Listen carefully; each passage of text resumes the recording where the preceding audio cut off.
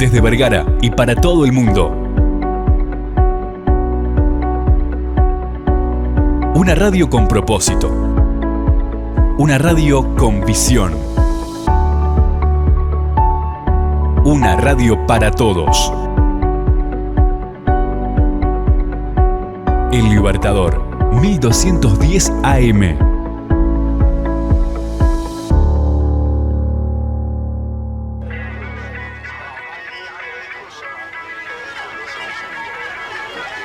¿Quién es?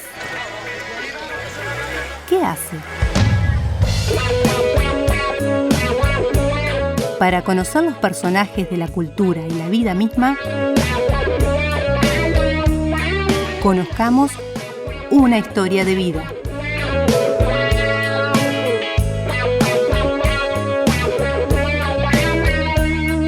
Estamos como queremos, cada parte del presente es todo lo que tenemos. Estamos como queremos, mirar atrás no es el pasado, es entender lo nuevo. Estamos como queremos, cada parte del presente es todo lo que tenemos. Estamos como queremos. Continuamos en punto de partida aquí por la 1210 AM Radio El Libertador, como siempre decimos, desde Vergara para el mundo a través del www.ellibertador.com.uy. Nos pueden encontrar con alguna aplicación de radio, pon ahí El Libertador de Vergara 33 y les va a saltar enseguida, van a estar comunicados con nosotros, nos va a estar escuchando también a través de nuestras redes sociales, Twitter, Facebook, Instagram y YouTube, donde colgamos todos los contenidos y ahí colgamos todas las entrevistas, las distintas columnas. También nos querés dejar un mensaje 091 99 12 10 091 99 12 10 más 598 si estás fuera del país, como la gente que nos escucha de distintos lugares, especialmente en Colombia tenemos audiencia, Argentina, bueno, del otro lado del charco también en Argentina. Bueno, recién lo dije, no, Argentina, por supuesto, pero no estoy solo, estoy acompañado. Hoy nos va a estar acompañando en la entrevistando aquí con nosotros y lo va a estar en unas cuantas columnas, Mariana Méndez, que le damos la bienvenida. ¿Cómo estás, Mariana? Hola, Carlos, ¿cómo estás? Bueno, encantada, fascinada de estar acompañándote en estos entrevistas y en estos momentos. Y estoy muy contenta de estar con Juliana en estos momentos, compartiendo un espacio. Bueno, ella nos va a estar acompañando en unas cuantas entrevistas para conversar, para charlar con nuestros invitados.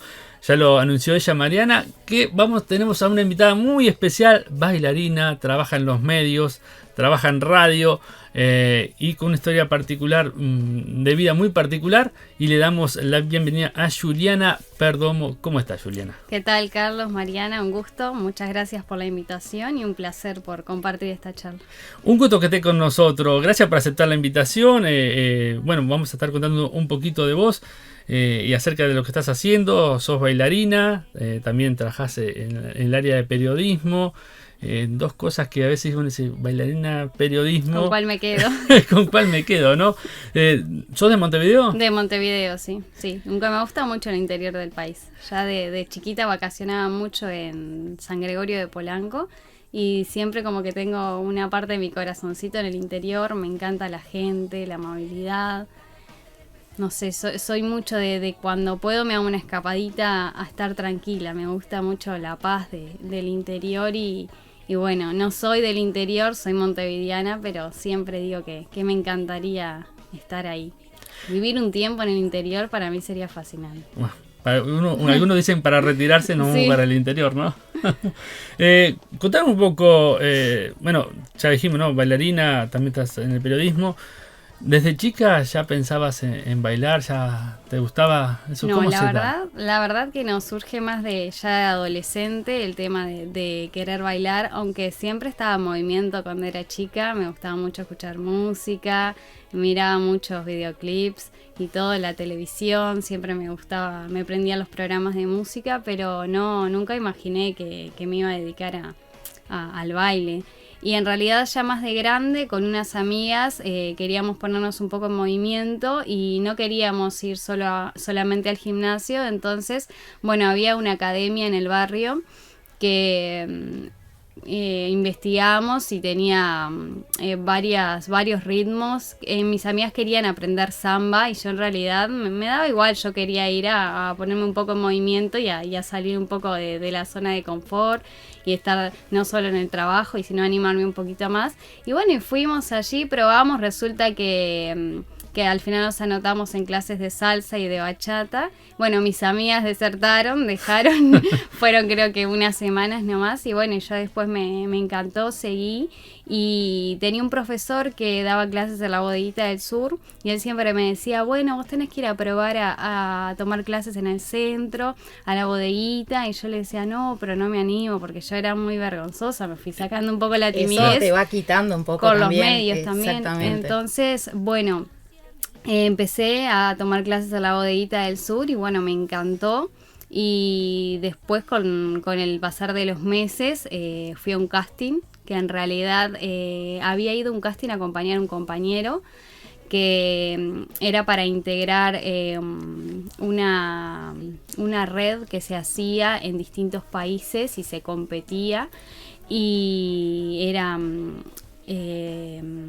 de Adrián y Anita, que son unos exponentes muy importantes a nivel mundial. Y bueno, y yo le decía a mi amigo que él bailaba salsa, tenés que anotarte, tenés que ir. Y bueno, resulta que lo acompañé, que lo que son las cosas de la vida, que él no quedó en ese casting, pero mi profesor, que yo tomaba clases con él en la bodeguita, Federico Vitale y Jimena Nartalo, ellos me dijeron, ¿por qué no entras y tomás el casting? Y yo le decía, no, realmente me da vergüenza. No estabas preparada, no estaba preparada y no había ido preparada como para decir, bueno, lo que me puede deparar esa clase. Y al final, bueno, entré porque además faltaban parejas para completar, y quedé.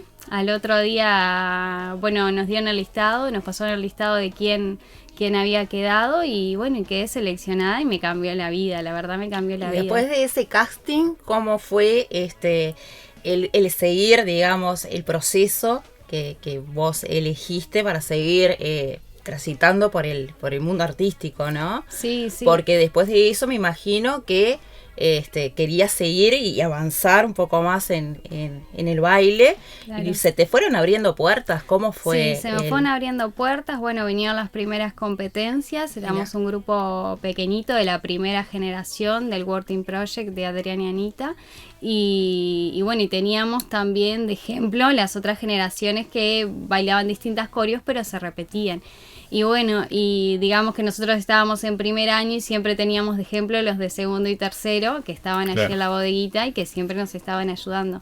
Y bueno, tuvimos las primeras competencias en el Radisson, aquí competencias nacionales, después viajamos a Argentina también a competir, y bueno, y después dejé de estar en el Working Project, me fui a otra academia porque se me abrió la posibilidad de que había una vacante para viajar al Mundial de Miami, y era otra academia, Pala Rumba, con Antonella Bruno y Luisa Alvarenga.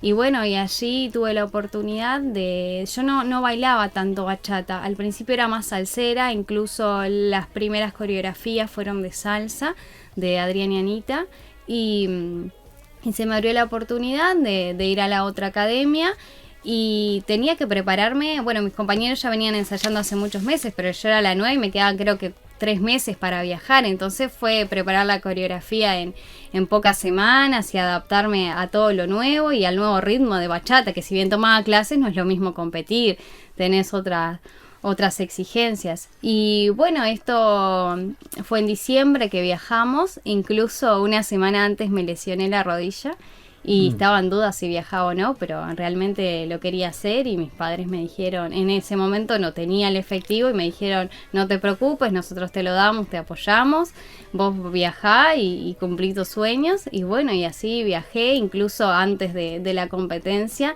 nos sacamos un pasaje a Orlando para divertirnos y extendernos con mis compañeros y conocernos un poquito más, porque yo era la nueva del grupo. Claro. Y bueno, y nos fue muy bien, quedamos en la posición número 6 de muchísimos competidores, esto fue a nivel grupal.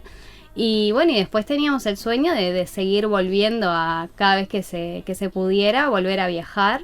Y en realidad, bueno, después estuve mucho tiempo en Palarrumba, preparé muchas competencias más. Después me dio el gusto por conseguir un compañero de baile y preparar coreografías en pareja, que bueno, por suerte obtuve muchos podios, así que estoy muy contenta.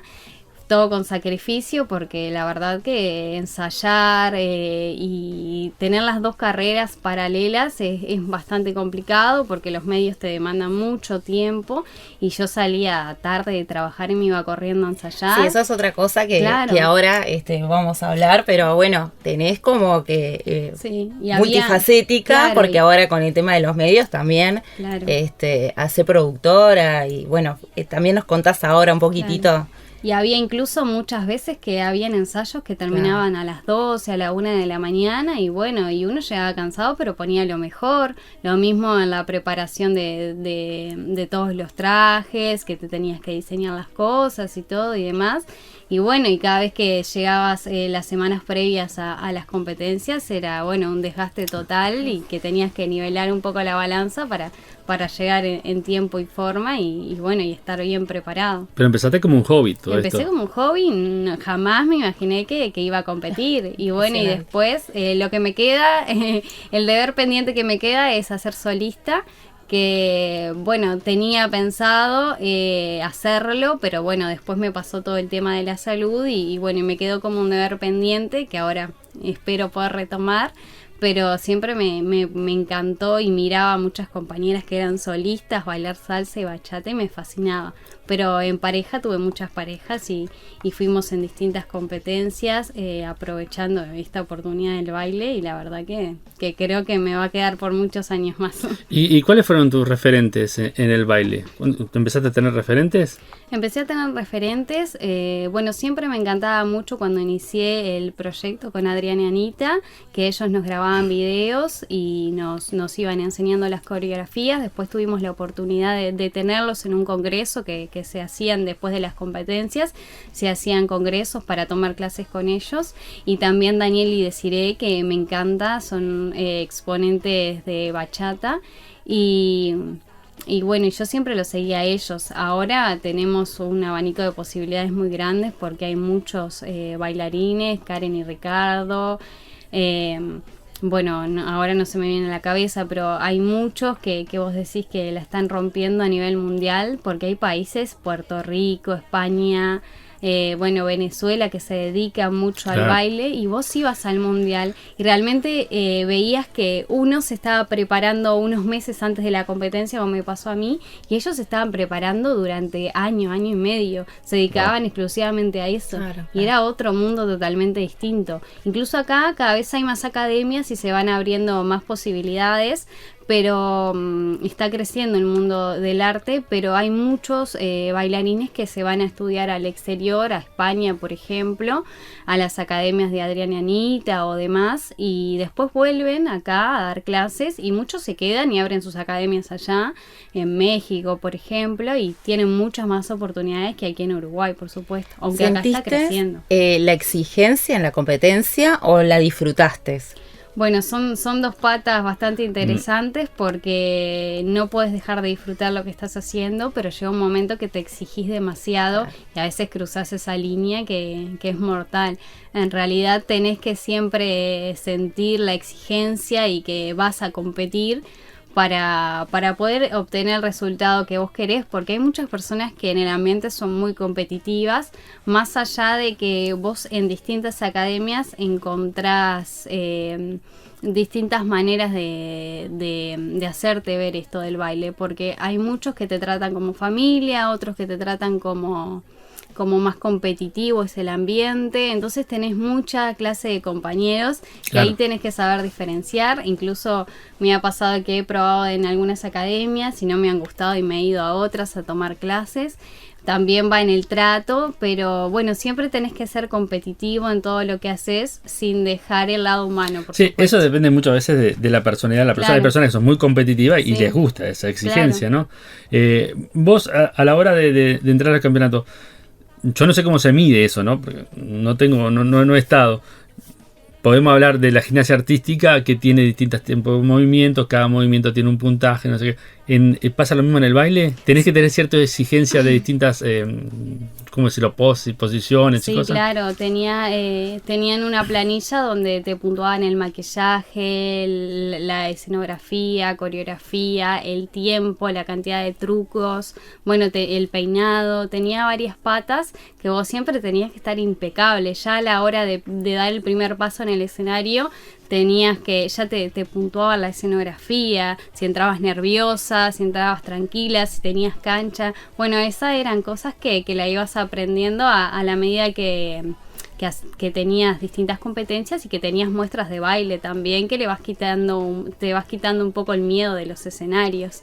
Pero al principio tenía muchos nervios. Me acuerdo que siempre mis profesores me decían, bueno, pero vos tenés que interpretar, ya cuando ensayás tenés que interpretar, hacer caras, acompañar el movimiento con los gestos. Y a mí me daba mucha vergüenza hacer eso delante de mis compañeros, delante de mis profesores. La primera competencia es como que saqué la leona de adentro y siempre se reían mucho, me decían, no esperábamos. Y la primera competencia obtuve segundo puesto. Y eran un montón de parejas que nos estábamos preparando, por ejemplo, solo de mi academia. Y tenía muchos compañeros que competían conmigo, contra mí también. Pero bueno, siempre teníamos eso de mostrarnos las coreografías y apoyarnos, incluso en los vestuarios. Y bueno, me fue muy bien en la primera competencia, un segundo lugar. Y bueno, y no podían creer que parecía dos personas distintas. Me pasa que hay un momento, creo que en la competencia que haces, claro, y pisar haces un el cambio. escenario es como que te olvidás. Yo siempre decía, bueno, miro un punto fijo y bailo para el frente y no miro al jurado porque tenía miedo de equivocarme, de perderme, que me olvidara de algún paso. Y bueno, me ha pasado, Claro. Algunas veces me he caído. Me acuerdo que la competencia que obtuve el primer puesto, di un paso en falso y me resbalé. Pero me levanté y seguí como si no hubiera pasado nada. Y eso también te puntúa, porque saben cómo salís de las dificultades. Claro. Entonces tiene muchas patas interesantes que tenés que tener en cuenta. Yo me acuerdo que diseñaba el vestuario con la modista, y una genia la modista siempre con nosotros, y después le podíamos abonar más y ella te hacía todo el diseño de los brillos y demás, pero me encantaba diseñarlo a mí. Yo me pasaba madrugadas pegando brillo por brillo a mis sandalias, a mi vestuario, para tener todo impecable, porque era algo que también no era solo competir, sino que me encantaba todo el trasfondo de la competencia, y bueno, yo me hacía todo eso. Y si tenía que pegarle los brillos a mi pareja, también lo hacía. Viste que los hombres son más... En ese sentido no le gusta, claro. Pero a mí me encantaba y ayudar a mis compañeros. Y a la también. hora de bailar, en la competencia, ¿lo pudiste llegar a disfrutar?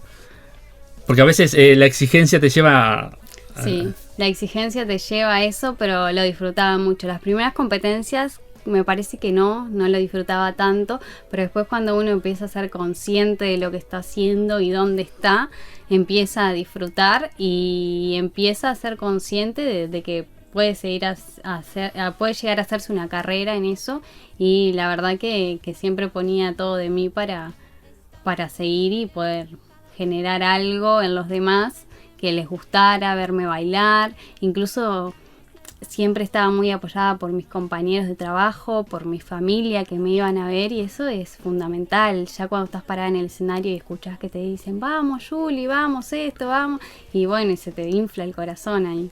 Y la pareja es importante también, ¿no? La Con el que pareja es bailás. importante, sí. Bueno, es muy complicado encontrar una pareja que esté comprometida y que vaya al 100% con vos, porque hay muchas personas que quieren bailar, hay mucha gente que se está iniciando y que le encantaría competir, pero es difícil encontrar a alguien que vaya a la par. Yo tenía un compañero que era divino y que trabajaba muchas horas, es bombero, y bueno, y tenía muchas horas del trabajo que las tenía que sí o sí cubrir, no podía Sí, faltar, y exigencias, y ¿no? exigencias. Y bueno, él siempre se hacía esos lugarcitos para ir a ensayar a cualquier hora, nos escapábamos a cualquier lugar, teníamos la academia cerquita encima en el centro, entonces bueno, siempre nos buscábamos los momentos. Después, bueno, él se puso en pareja y empezó a competir con su compañera de vida, y bueno, ahí fue cuando se dividieron nuestros caminos, y ahí me costó conseguir otra pareja de baile, pero encontré otro compañero medio comprometido, pero después me pasó lo mismo, que bueno, se puso de novio él y dejó esto del baile. Y bueno, viste, siempre es difícil encontrar a alguien que siempre te siga el ritmo, claro, y que esté siempre a la par con vos. Pero bueno, después tuve otra pareja más de baile, que esos, digo, los que bailaban conmigo individual, porque después en el grupo íbamos cambiando, rotábamos mucho, claro, no siempre bailábamos con el mismo. Pero en total, así de las competencias que nos presentábamos como pareja, tuve 3 compañeros distintos. Y bueno, y la verdad que estoy fascinada con ellos. Siempre le digo que llegamos lejos en el tiempo que pudimos y que me encantaría llegar a más. Ahora, bueno, por el tema de la enfermedad que después vamos a hablar, tengo pensado empezar a tomar clases particulares, por lo menos para empezar a moverme y a ver cómo se acostumbra mi cuerpo y cómo reacciona, porque la verdad que me encantaría volver. No sé si me va a permitir tanta exigencia, claro, volver a las competencias, pero por lo menos volver a tomar clases o empezar a incursionar a dar en alguna, me encantaría. O seguir estudiando un poco más, que siempre me quedó esa materia pendiente de no tanto prepararme para competir, sino estudiar y hacerme más en el tema de la carrera y distintos ritmos. Me gusta mucho el tango, por ejemplo, me gusta mucho el tema de hip hop, verlo, porque ahora se está viendo en todas las coreografías, se está fusionando mucho. Entonces, bueno, empezar a estudiar distintos ritmos, pero también te requiere tiempo y bueno, y que el cuerpo te acompañe. Totalmente. ¿Y cuándo empezás también a proyectarte para trabajar en periodismo? ¿Cómo será eso? Bueno, en realidad yo quería seguir otra carrera, quería seguir psicología, completamente distinto. Siempre me gustaba mucho escuchar a las personas, analizarlas, sentarme a dialogar. Y bueno, en ese entonces tenía familiares que me decían, no, pero no vas a tener mucha salida, te estoy hablando de muchos años atrás. Y bueno, yo termino de hacer el liceo y tenía que elegir la carrera. Y en realidad, bueno, opté por psicología. Pero bueno, esos años no pude entrar a la facultad porque me quedaban unas materias pendientes y tuve unos problemas familiares con un tema de salud de mi madre y no pude ingresar a la facultad.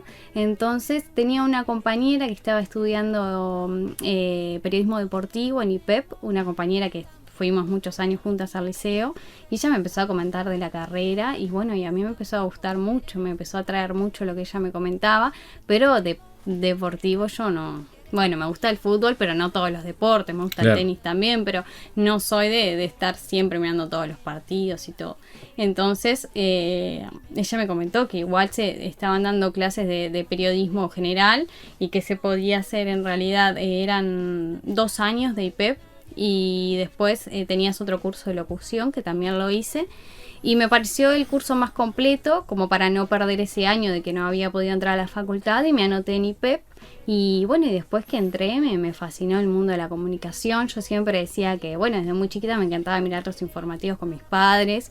Me sentaba siempre a las 6, 7 de la tarde, era como la hora de la merienda, y sentarnos a ellos a tomar mate, a mirar el informativo, y yo los acompañaba.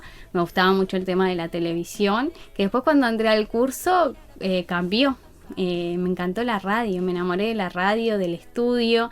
Fue como que mi generación toda, al principio te consultan, bueno, ¿qué materia te gusta más? La tele, prensa escrita, y todos decían la tele.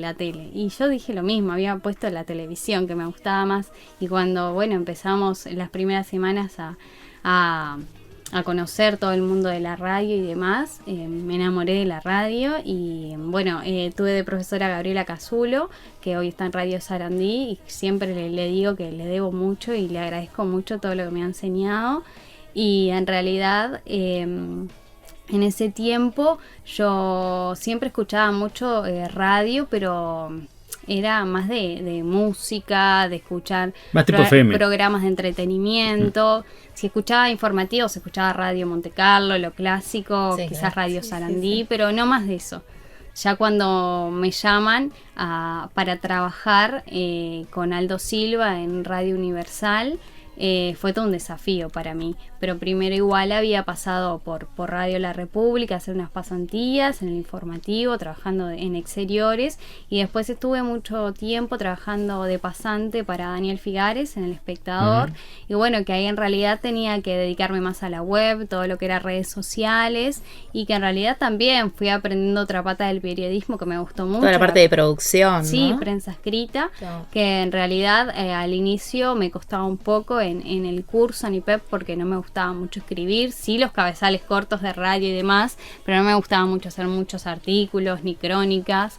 No tenía tanta imaginación como para escribir tanto, que después al pasar de los meses te vas adaptando y bueno, y te vas haciendo en esas materias. Pero bueno, al principio ya te digo, optaba por la tele y bueno, me enamoré de la radio. ¿Y cómo fueron esos primeras salidas en la radio? ¿Las Bueno, recordás? Las recuerdo, las primeras salidas que tuve fueron en IPEP, que teníamos el programa de los Claro. estudiantes, y bueno, ahí tuve las primeras salidas para el informativo, que salíamos a las 10:10, que bueno, lo armaba todo Gabriela Cazulo y estábamos los domingos siempre al aire 2 horitas, y bueno, ellos iban postulando a distintos compañeros y estuve varias veces ahí al frente del informativo y la verdad que me encantó. Igual tenía muchos nervios porque yo no me imaginaba estar hablando y esa magia de la radio, y yo al principio tenía como la voz más finita, más chillona, siempre se reían mis compañeros y a veces estaba engripada y Cazulo me decía, vos tenés que tener esta voz, quédate siempre engripada, tratá de mejorar, vos escuchate cuando estás engripada y tratá de hacer esa voz más grave, así Impostar. tenés que salir, Claro. impostar, y a mí me costaba mucho, y bueno, y después me fui adaptando y haciendo y le prestaba más atención a mis salidas para lograr distintos tonos de voz que después lo fui mejorando cuando termino periodismo general, que me anoto en el curso de locución. Claro. Y cuando empezás, ¿querés hacer la rama de periodismo o querías hacer otro tipo de programa? ¿A dónde apuntabas vos? Bueno, me gustaba mucho el periodismo, sí, era un poco más cuadrada, me gustaba mucho el tema de informativos, no eso de los programas más dialogados, no me veía tanto, incluso cuando hacíamos los magazines de las prácticas en televisión tampoco me gustaba mucho, era más el tema de ir Más por estructurado. más estructurado, esa es la palabra, me gustaba todo lo que tuviera que ver con los informativos, incluso hasta el día de hoy, y bueno, como que no me acostumbraba a salirme de eso, pero siempre apuntaba al periodismo, a la comunicación. Me gusta mucho el periodismo policial, de investigación. Bueno, hoy estoy trabajando con Aureliano Fole y me encantan las charlas que siempre tenemos. Me imagino las anécdotas que deben las tener anécdotas con nos Aureliano, cuenta. ¿no? Sí, y en la Eran dos. cárcel, todas las cosas que nos cuenta es fascinante. Y siempre me gustaba, pero claro, acá no hay un curso que digas, bueno, te podés especializar en ser periodista, cronista policial, sino que te vas haciendo. Igual se ve más en la tele que en la radio, porque en la radio no es tanto, no hay tantos periodistas policiales. En la tele ya tenés la imagen y todo lo que va sucediendo que te acompaña a la crónica. Pero bueno, yo creo que capaz en unos años pueda tener la oportunidad de seguir ese camino, que me encantaría, eso sí. Pero no es lo mismo hacer las prácticas que enfrentarse a un medio, aparte hasta un medio importante, ¿no?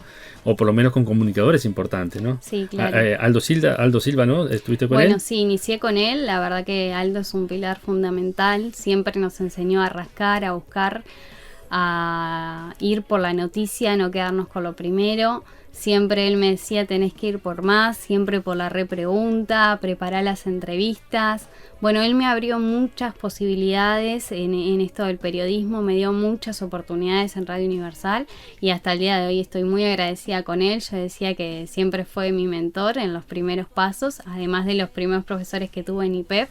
En realidad el periodista yo creo que se hace en la calle, en las prácticas, en el día a día. Y bueno, yo cuando ingreso a trabajar en el programa Fuentes Confiables con Aldo, me contratan de movilera para hacer exteriores. En la mañana hacía el primer móvil de tránsito, comentaba cómo estaba la ciudad, los tiempos de viaje. Y después estaba esperando, atenta a la agenda, a ver lo que sucedía en el día. Y bueno, estaba para las coberturas, pero bueno, las primeras coberturas también fue vimos como varias todo un imágenes tema. Claro, con... iniciarme en ese mundo fue fue como bastante demandante para mí, en el sentido de que tenía muchos referentes de la televisión, de la radio, Claro, que claro. yo me iniciaba como muy jovencita, muy adolescente. ¿Te minimizaba eso? Sí, bastante las primeras coberturas. Me acuerdo que la primera tuve que ir al juzgado, que estaba pegado al Teatro Solís. No me acuerdo el caso exactamente que iba a cubrir, pero bueno, yo no sabía muy bien cómo desenvolverme. Sé que iba y bueno, y veía en ese entonces los familiares de la persona que estaba adentro, y yo no sabía muy bien cómo desenvolverme. Y me acuerdo que se me acerca un compañero de Radio Uruguay y me presentó con los demás y me dice, bueno, acá estamos a las órdenes, ella es la colega de Radio Universal, va a estar trabajando con nosotros en la calle. Bueno, y ahí me fui haciendo y me fueron ayudando mucho. La verdad que hay mucha solidaridad con los compañeros que cubrimos y que compartimos muchas horas, porque a veces son muchas Esto las se da esperas. mucho en la práctica, Claro, ¿no? en la práctica. Porque después de que salís de todo lo que es el curso y bueno, estar en la calle es lo que te da a vos un manejo más Claro. amplio de... Pero la verdad que bueno, que veía esas figuras de mobileros de Canal Claro. 10, del 12, del 4, y yo me achicaba un poquito porque... Los conozco. Claro, decís, los ¿no? conozco y ahora estoy compartiendo con ellos. Soy y tantas colega, veces que ahora lo soy veía en colega. la tele y ahora estoy con ellos, bueno, fue fascinante.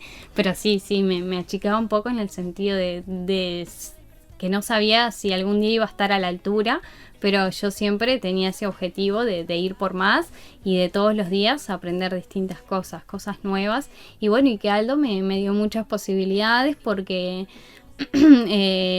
fui haciendo coberturas pequeñas, cubría movilizaciones, paros, bueno, las pequeñas cosas que haces al principio, que vas pagando derecho de piso, como en todo trabajo. Y después tuve la posibilidad de seguir toda la presidencia de Tabaré Vázquez, y se abrieron muchas puertas para mí en ese sentido, porque Aldo y el equipo de Radio Universal confió en mí para enviarme a los consejos de ministros al interior. Después se me abrió la posibilidad de cubrirlo en Argentina cuando fue la cumbre del Mercosur. Entonces como que me pasaba instalada en Torre Ejecutiva y bueno, y se me iban abriendo otras puertas. Me acuerdo que Aldo siempre me decía, no te quedes con la pregunta, hacela, aunque tengas miedo de equivocarte, menos es más, no hables mucho, pero por lo menos para iniciarte siempre pregunta algo, siempre tener presente que va a haber repregunta y que el presidente o el entrevistado te puede descolocar, pero vos tratá de salir adelante con lo que puedas y siempre investigá, prepará la entrevista. Y me acuerdo que un consejo de ministros que fue en La Macana, en Florida, fui unos días antes para hacer informes y demás, me fue muy bien en ese viaje. Y bueno, y cuando llega el presidente Vázquez, hubo una rueda de prensa. Bueno, me animé a realizarle determinadas preguntas y me acuerdo que termina la conferencia y me está llamando Aldo Silva, levanto con todo el miedo de me equivoqué, ¿qué pasó? Y era para felicitarme, para decirme que ya habían elegido que el primer viaje que tuviera Vázquez, que en ese entonces era a Chile, que no recuerdo para qué iba a salir del país.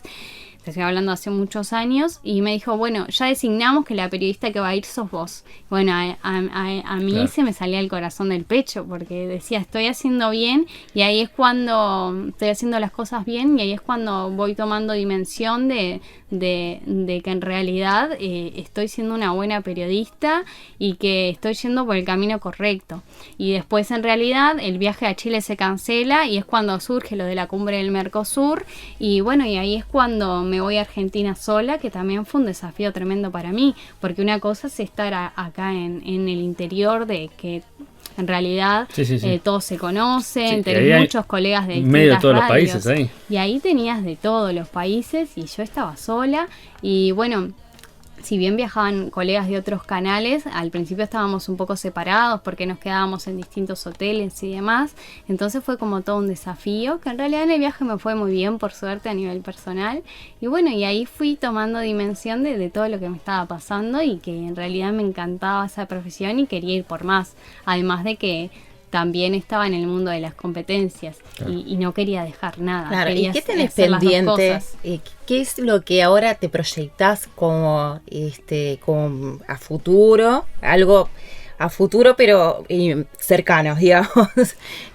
¿Cuál es lo que querés hacer? ¿Qué es lo próximo? Bueno, ahora me gustaría seguir estudiando, porque en realidad yo tuve la posibilidad de hacer el curso en IPEP, que fueron esos 4 años de periodismo general y de locución, pero me gustaría seguir por la facultad, por la UTU, seguir haciendo cursos. Me gustaría mucho seguir por el periodismo de investigación. En realidad poder forjar más mi carrera, porque estudié muy poquitos años y después me dediqué ya a trabajar, a hacer pasantías, y me fui haciendo periodista en el correr de los meses y los años en la práctica. Pero yo creo que me gustaría poder estudiar. También me gustaría poder viajar al exterior y también probar allí. Hay muchos periodistas que han ido al extranjero a estudiar y después volvieron a Uruguay y bueno, han tenido muchas posibilidades, pero me gustaría poder estudiar más sobre comunicación. Eso es lo que me proyecto ahora que sé que estoy un poco limitada con el tema de la danza, por ahora, por el momento, y me gustaría dedicarme más al periodismo. Aunque la radio me abrió muchas posibilidades, porque no solo en los primeros años hice mucho exterior, pero después ya me dieron la posibilidad de conducir el informativo del mediodía, después quedé fija en el informativo central de la tarde, y ya después me tocaba toda la parte de producción. Era como que la primera mañana yo hacía siempre de 7 de la mañana a 12:30, toda la parte de exteriores, y después tenía unas horitas libres e ingresaba de nuevo a la radio a eso de las 2 o 3 de la tarde, y ya me quedaba haciendo toda la producción para el informativo de Central de la tarde-noche, y bueno, me demandó muchas horas la radio, pero no era porque quedarme porque el trabajo me lo exigía, sino porque la pasión, que me gustaba, no me costaba hacer horas extras, no me lo tenían que pedir, yo lo hacía, me quedaba porque me gustara, ni siquiera porque no me fijaba si me lo hacían a pagar o no, sino porque lo hacía de corazón, me gustaba que todo estuviera perfecto, claro, pronto para el otro día, no me gustaba irme si no se subían las noticias, si quedaba algo pendiente, si el listado no estaba completo, no me iba. Exigente. Re exigente, siempre fui muy exigente conmigo en ese sentido.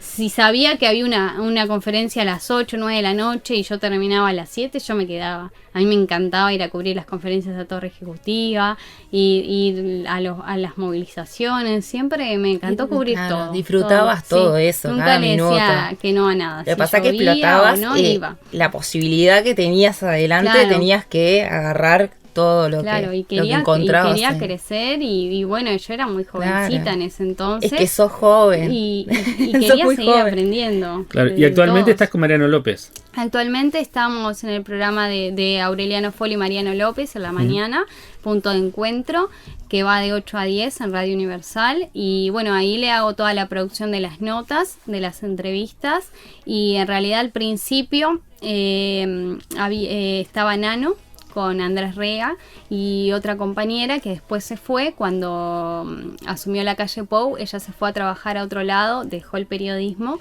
y más vinculada a la comunicación de los ministerios, y bueno, y quedó esa vacante y me dieron la posibilidad de poder conducir el programa con ellos, y bueno, y me encantó. Fueron unos meses de mucha experiencia, y después pasó todo esto del tema de la enfermedad y vino la pandemia, y bueno, yo ya no podía participar. Después es cuando ingresa Mariano López al programa, y Cecilia Olivera, que estaba en el informativo de la mañana con Andrés, y bueno, ella se suma también a Punto de Encuentro para tener 4 voces, y bueno, yo por ahora le sigo haciendo toda la producción, y después, bueno, yo quedé siempre como conductora del informativo, del mediodía suplente, porque también tenía que hacer móviles en ese horario, entonces cuando no tenía me quedaba, claro, al informativo, y después estaba siempre fija en el de las 18 horas.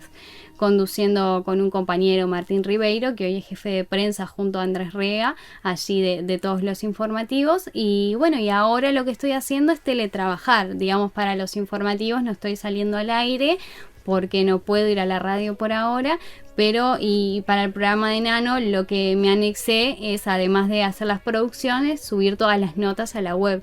como para hacer algo más, porque ya que no estoy allí físicamente, me gusta aprovechar las horas en mi casa. Entonces, bueno, ahora me volqué un poco más a la prensa escrita, que al principio le tenía un poco de temor y no me gustaba mucho escribir tantos artículos, pero ahora, bueno, estoy completando, aproveché a hacer eso, ya que estoy en casa y no puedo salir al aire, aprovecho la prensa escrita.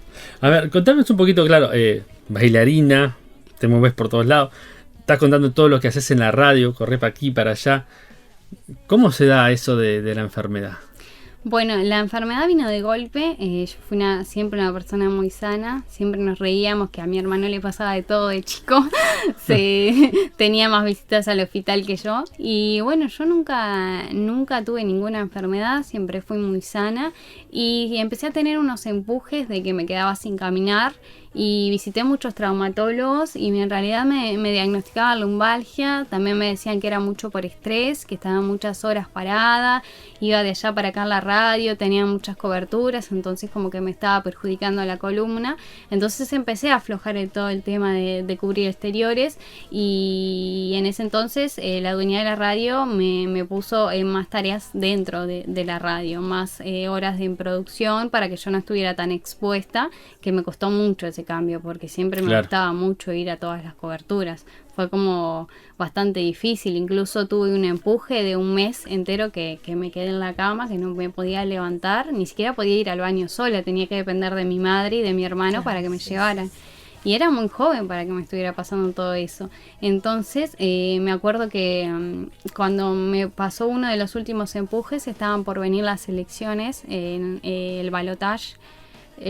Fue las nacionales y el balotaje, sí, y para las elecciones nacionales ya trabajé bastante dolorida, y después para el balotaje no sabía si llegaba realmente. Entonces y yo quería estar, yo se lo había dicho a Aldo en ese entonces. Entonces lo que hicieron fue que la primera mañana conduciera el informativo dentro, y después de tarde pudiera ir a los comandos de campaña a cubrir para trabajar en las elecciones, porque realmente para los periodistas trabajar en las elecciones es como trabajar en un mundial.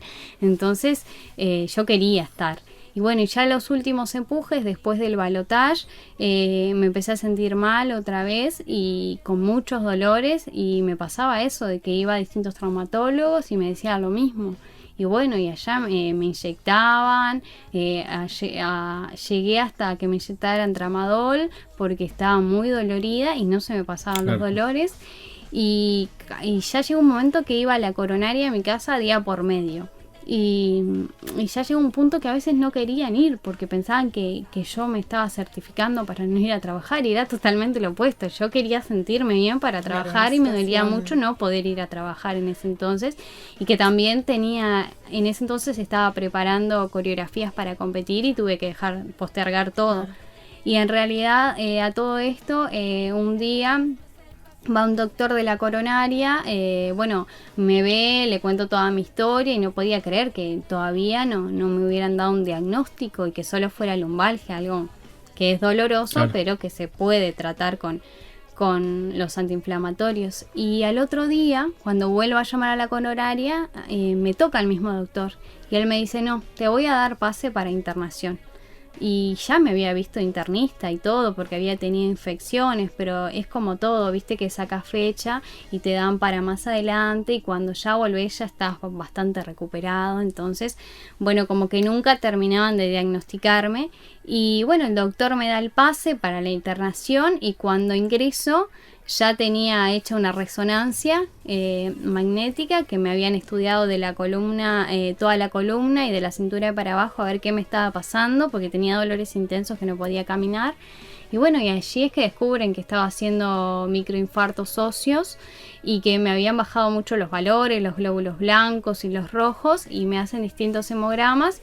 Y ya era el tiempo de la pandemia, que primero tenías que pasar por piso para hacerte el hisopado y quedar internada allí para poderte derivar. Bueno, estuve unos bastantes días internada en piso, y después ya enseguida me llevan a hematología.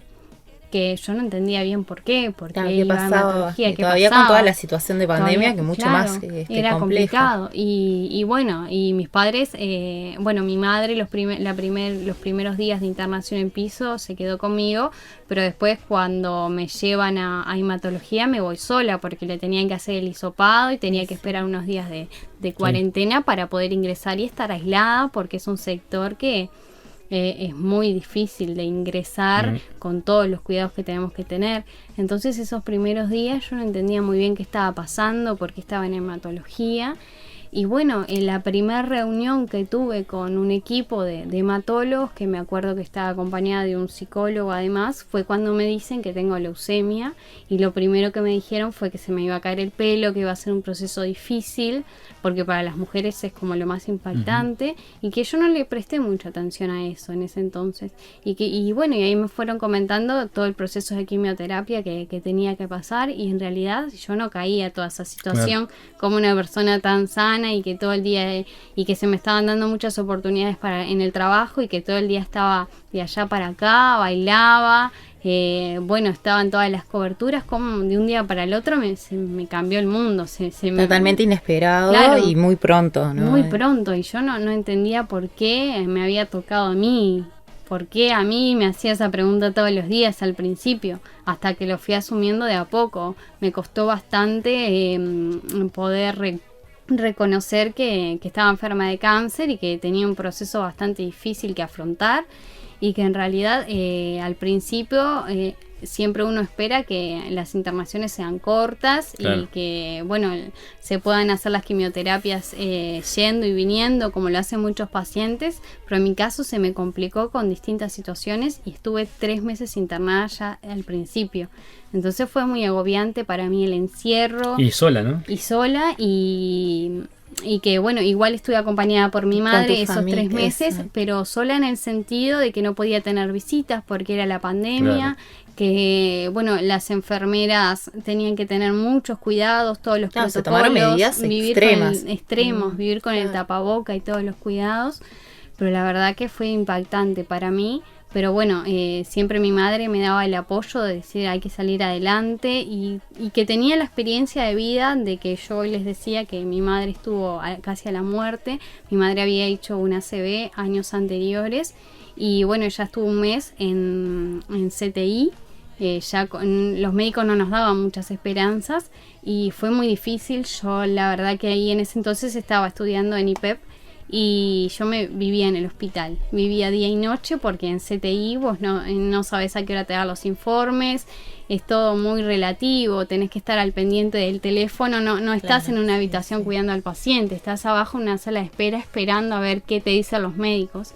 Entonces yo tenía toda esa experiencia de mi madre, y yo decía, si ella pudo, yo todavía no dimensionaba la enfermedad que tenía, pero yo decía, si ella pudo, ¿cómo no voy a poder yo? Entonces la fortaleza es hereditaria. Claro, entonces yo decía, tengo que salir adelante, y mi madre no quedó con ninguna secuela, ella siempre iba para adelante, nunca quería estar en la cama, quería caminar, fisioterapia, y yo decía, yo tengo que poder, hija de Leona, tengo que salir adelante. Entonces, me fui haciendo toda esa idea en la cabeza, y ella, por supuesto, los primeros 3 meses me acompañó mucho. Ella siempre nos reíamos mucho, pero me cantaba, me bailaba con las enfermeras, siempre decían que yo era una paciente bastante particular con ellas, y me trataban divino todo el equipo, y que después pasé al Maciel, tuve que conocer otro equipo más de hematólogos porque no me podían hacer el trasplante en el SMI, pero la verdad que fue una situación que no me la esperaba para nada, que fue de un día para el otro, y me cambió la vida totalmente. Y pero también en el proceso de la enfermedad tuviste un trasplante. Tuve el trasplante. Que fue muy particular también. Fue particular también, sí, porque tuve los primeros 3 meses de internación, que fue muy particular, porque ya el primer día que me llevan a cirugía para colocarme el portacat, que hoy por hoy lo tengo, se me perforan un pulmón, entonces ya empecé con las complicaciones. Después la quimioterapia una especie de alergia y me hacían mal los medicamentos. Después hice una trombosis en un brazo, hubo que parar todo el tratamiento de la quimioterapia también. Entonces se iban aplazando las cosas y yo cada vez estaba más tiempo ahí y yo me quería ir. Me acuerdo que bueno, pasé las fiestas ahí, también Navidad, encerrada con mi madre, fue muy difícil para todos. Y en realidad me dejaron ir unos días antes a mi casa, me acuerdo, pero bueno, yo estaba con los pañuelos, sin pelo, flaquita, Claro, y bueno, me costaba mucho asumir todo eso. Pero bueno, después volví y me terminaron de hacer el tratamiento y me voy para febrero en casa del 2021 y tenía que esperar unos cuantos meses para el trasplante porque no tenía donantes. Tenía a mi hermano, pero no era compatible. Lo habían estudiado y no era compatible. Y no tenía muchas posibilidades. Solo tenía un donante a nivel mundial y era muy difícil traerlo en tiempo y forma. Entonces no nos podíamos quedar solo con el tratamiento de quimioterapia porque la enfermedad podía volver, claro, y podía avanzar. Si bien estaba en remisión en ese momento, no estaba en remisión completa. Y en realidad, bueno, estuve por varios meses en casa cuidándome mucho de la pandemia, de no contraer COVID, porque tenía las defensas muy bajas. No podía ver absolutamente a nadie, solo convivir con mi madre y con mi hermano y mi padre que me iba a hacer alguna visita, pero tampoco podía ver a nadie más. Y bueno, y en ese entonces tampoco quería saber nada del trabajo, no estaba trabajando porque no tenía muchas ganas de hacer cosas en realidad, porque no sabía qué me iba a deparar el futuro.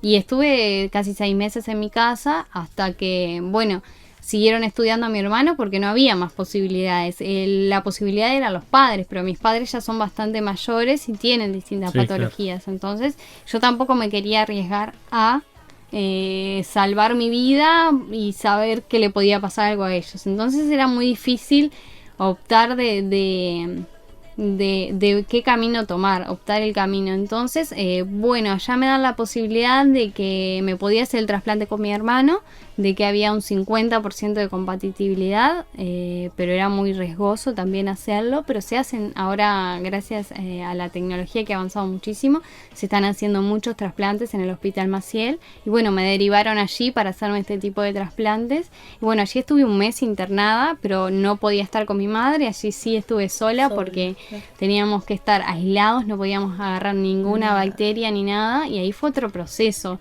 también distinto, porque yo, si bien pasé mal en el CMI, tenía el apoyo de que mi madre me decía: tenés que comer, tenés que levantarte, tenés que ducharte, tenés que salir de la cama o caminar, tenés que tratar de no perder la musculatura, y bueno, tenía el apoyo de ella. Y allá en el Maciel era muy difícil, tenía que depender 100% de mi voluntad y de mi humor y de levantarme todos los días para estar mejor. Si bien tenía el apoyo de todo el equipo de doctores y enfermeras que son divinos, sí, sí. Y de ser resiliente, ¿no? Claro, y que están para vos en ese sentido. Yo sabía que ese mes, por más que fuera un mes y que yo ya había pasado 3 meses complicada, tenía que valerme por sí sola. Por más que, por suerte, tenía una ventana que daba para la calle, que no se veía para adentro, pero siempre mi familia iba y amigos y compañeros de trabajo iban y me llevaban carteles y se subían para verme. Y claro, bueno, y es una alegría tremenda para mí, sí, porque si bien los puedo ver por videollamadas y demás, yo sentía que los tenía más cerquita, más cerca, claro. Y me lleva mucho a mi sobrino, que la verdad fue un pilar fundamental en esto de la enfermedad. Y me lo llevaban mucho para que lo viera. Hoy tiene 7 años. Y los niños tienen esa cosa que eso, y él me saludaba y me decía Titi, me grababa audios y yo decía, ay, bueno, yo tengo que salir adelante por él, por mi madre. Tengo que estar con él. Y por todo lo que me está pasando y por mis compañeros de trabajo, que la verdad que recibí, nunca dimensioné la cantidad de gente que me apoyó en ese entonces. Si ustedes vieran mi sala en el SMI, tenía, no sé, la cantidad de regalos que tenía, cuadros, cartas que colgaba por todos lados para tenerlo siempre presente y saber que tenía que salir adelante por ellos y por todos.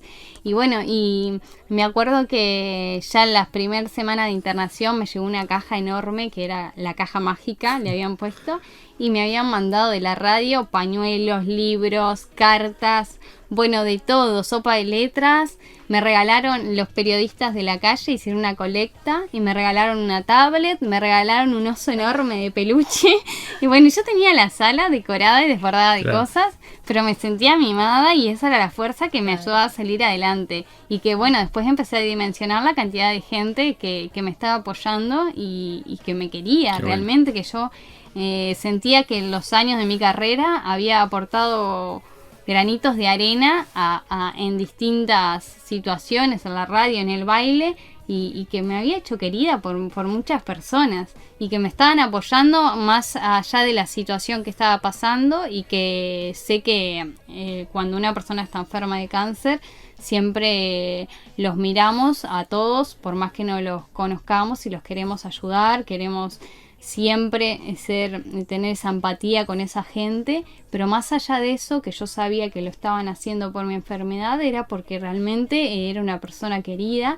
Bueno, eso me ayudó mucho a salir adelante, que sabía que tenía que salir de toda esa situación porque me esperaba una vida muy linda después, y que ahora la estoy aprovechando. Y bueno, y viene el trasplante con tu hermano entonces, y esa posibilidad que tenía de prender la operación, por decirlo así, se dio. Se dio, los primeros meses fue complicado, me tenía que hacer varios estudios para ver si la médula llegaba al 100%, porque éramos la mitad compatibles. Tuve distintas internaciones pequeñas, que me agarré principio de neumonía y distintas cosas que, bueno, eran propias de la enfermedad. Claro, porque te va debilitando un poco. Y que después también corría el riesgo de que si bien la médula de mi hermano podía prender, esas células me podían atacar porque no reconocían al cuerpo. Claro. Entonces, que se llama la enfermedad de injerto contra huésped. Entonces, bueno, tenía que tomar muchos antibióticos, muchos anticoagulantes también por el tema de la trombosis, que me duró muchos meses. Y bueno, los meses después del trasplante fueron bastante complicados. Los primeros 6 meses me tenía que cuidar a 1000, como si estuviera en una cajita de cristal. Y si pasaba esos primeros 6 meses, después iba a ser todo bastante más tranquilo. Tengo, por supuesto, que cuidarme de un montón de cosas, pero si pasaba esos 6 meses, era como que ya estaba la tarea cumplida, por así decirlo, y los pasé complicados, pero los pasé en mi casa. No tuve COVID, solo tuve ahora hace muy poquito, que tú me habías invitado antes y no pude venir, pero la verdad que fueron unos meses complicados, pero salí adelante. Y bueno, y ahora cada vez me están sacando más medicación porque voy evolucionando bien. Ahora tenés los chequeos y los controles, los chequeos diarios pertinentes, pero por suerte no. La enfermedad, los últimos controles dio que estaba en remisión, así que estoy muy contenta. Si bien tengo que cuidarme estos primeros 5 años porque la enfermedad puede volver, bueno, esperemos que no, cruzo los dedos, pero en realidad me estoy haciendo los chequeos semanales, pero estoy tratando de poder recuperar mi rutina y de tener una vida normal. Todavía no estoy trabajando, recién empiezo a manejar, no salgo sola para ningún lado por las dudas. Bueno, estoy siempre cuidándome de todo por las dudas, pero la verdad que fue una experiencia de vida que no me la esperaba, y siempre me preguntaba ¿por qué a mí? Porque era una persona muy sana, y después entendí que bueno, que le puede pasar a cualquier persona y que no me tenía que culpar, que no era que la vida me estaba castigando por H o por B porque había hecho las cosas mal, porque en realidad estaba forjándome una carrera, las dos en paralelo que me gustaban, y estaba haciendo todo bien, me estaba cuidando, porque yo me cuidaba mucho también en los entrenamientos, en la comida, y era una persona muy sana. Entonces después empecé a darme cuenta que no me tenía que echar la culpa de nada, que las cosas pasan, y como me pasa a mí, te puede pasar a ti, y bueno, y que tenía que tener empatía con todas las personas. Yo siempre, igual de todas maneras, siempre fui una persona muy abierta, de buen corazón, muy humilde, siempre me gustaba ayudar a los demás. siempre que podía, y eso me lo ayudó mucho el periodismo también. Bueno, recogiste esos abrirme. frutos. Recogí esos frutos porque la verdad me tocó muchas veces hacer distintas coberturas a personas en situación de calle. Me tocó muchas veces que teníamos las crónicas de fiscalía y encerrarme ahí a las audiencias y conocer el otro lado de esa persona que nosotros los vemos y que te da bronca porque son delincuentes y que a uno le molesta que te roben y todo, y ves siempre ese lado oscuro, pero esa persona atrás tenía una vida y llegó a robar por algo. Entonces yo siempre me fui haciendo en el periodismo con todas esas experiencias y siempre estuve dispuesta a tenderle la mano a quien sea. Más desde el lado de la sensibilidad. Más desde el lado de la sensibilidad. Desde y la empatía. Imagínate que después de la enfermedad... más sensible quedé todavía. Exacto. Con todo lo que me pasó, y siempre que puedo quiero tratar de ayudar al otro, y ahora siempre dije, bueno, cuando el cuerpo me lo permita, me gustaría ayudar a las personas con cáncer, a los niños, a los adolescentes. Siempre miro todo lo que está haciendo la Pérez Scremini y me encantaría participar de lo que fuese del lado artístico, de poder llevarle algo a esos niños, una de sonrisa. poder ayudar, una sonrisa. Exacto. Siempre digo que, bueno, mi otro objetivo es ir por ahí cuando la enfermedad se vaya por completo y yo me pueda recuperar de y también todo, mismo y de tu experiencia de mi poder experiencia, aportar claro. cuáles son las herramientas o cuáles son las formas para sobrellevarla de la mejor manera. Y bueno, y sabemos que vos sos una persona que sos hiper luchadora, y estás como que siempre alegre y estás manteniendo una posición muy de coraje en todas las cosas, los desafíos que estás pasando. Y me imagino que todo eso es como que muy necesario para transmitir a las personas que están en esos momentos, en una situación tan vulnerable, donde necesitan esas energías y fuerzas, y todavía creo que vos lo podés expresar desde lo que viviste, la vivencia mismo, de una forma muy, muy profunda, ¿no? Sí, yo siempre, bueno, fui conociendo distintas historias de vida, cuando iba a cubrir lo de la fiscalía, cuando me tocaba cubrir distintas situaciones en el periodismo, y bueno, y siempre fui de querer ayudar a los demás, y ahora con esto que me está pasando, más todavía. Siempre quiero poder transmitirle a las personas que se puede, que es difícil, muy difícil, porque solo lo vive el que está ahí. Y también es muy difícil para la familia, para todos los compañeros, para las parejas. Es muy difícil para todos, pero para la persona que lo vive no tiene comparación. Y siempre quiero transmitir eso, de que a pesar de lo que te sucede y de las historias de vida y los problemas que tiene la gente, que se puede, y que siempre hay que mirar a la vida con una sonrisa. Que no hay que preocuparse si hoy llegué tarde al trabajo, si me peleé con un compañero, porque la vida te puede cambiar de un momento para el otro, como me pasó a mí. Yo era muy exigente con mi trabajo y con todo lo que me pasaba, y a veces, bueno, me enojaba conmigo si me salían las cosas mal, o me enojaba con distintas situaciones de la vida, de problemas en la familia y demás, y después de todo lo que me pasó, fui dimensionando que la vida es una sola y que se te puede ir de un día para el otro. Eso es un punto muy importante. Entonces después de lo que pasaste, transformaste tu vida, y el día a día tenés otras formas de verlo, ¿no? De querer trabajar en un proceso distinto de cambio, claro, en ¿no? un proceso de cambio totalmente, y que bueno, mi familia pasó por distintas situaciones, por el tema de mi madre, de que estuvo al borde de la muerte, después lo que me pasó a mí, que estaba ahí colgando de un hilo porque la enfermedad podía volver después si no me hacía el trasplante.